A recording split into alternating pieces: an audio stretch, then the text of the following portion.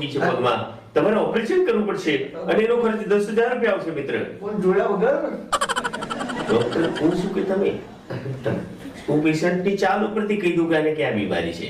Okay એટલે 10,000 રૂપિયા ઓપરેશનનો ખર્ચ થશે.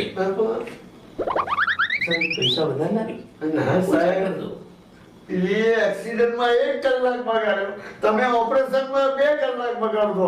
મારી તો 31 ડિસેમ્બર બગડી. Excuse me. બોલે ડાર્લિંગ. અરે તમે જલ્દી અહીં આવી જાઓ, મારાથી છે ને એક્સિડન્ટ થઈ ગયું છે અને મને લાગે છે કે એ માણસ મરી ગયો છે. શું વાત કરે છે? હા. તો ઓછું પીને ગાડી ચલાવતી હોય તો શું ભોગો, હું બહુ ડરી ગઈ છું અને મારો બધો નસો ઉતરી ગયો છે. હવે એક્સિડન્ટ ક્યાં થયું છે? આસોદર ચોકડીએ.